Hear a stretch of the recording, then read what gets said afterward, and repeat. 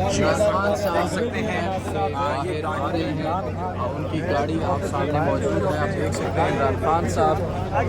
इस गाड़ी के अंदर मौजूद हैं और नैब पेशी के बाद हम अपने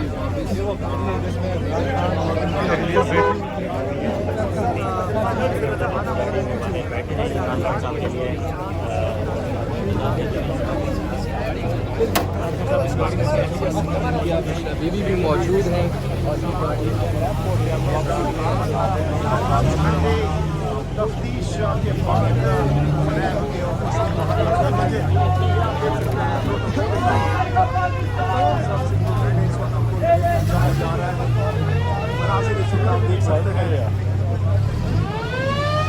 देख सकते हैं गाड़ियाँ ही गाड़ियाँ, ये आपको पुलिस की जो गाड़ियाँ हैं इमरान खान साहब के साथ मौजूद हैं, सिक्योरिटी का प्रोटोकॉल है।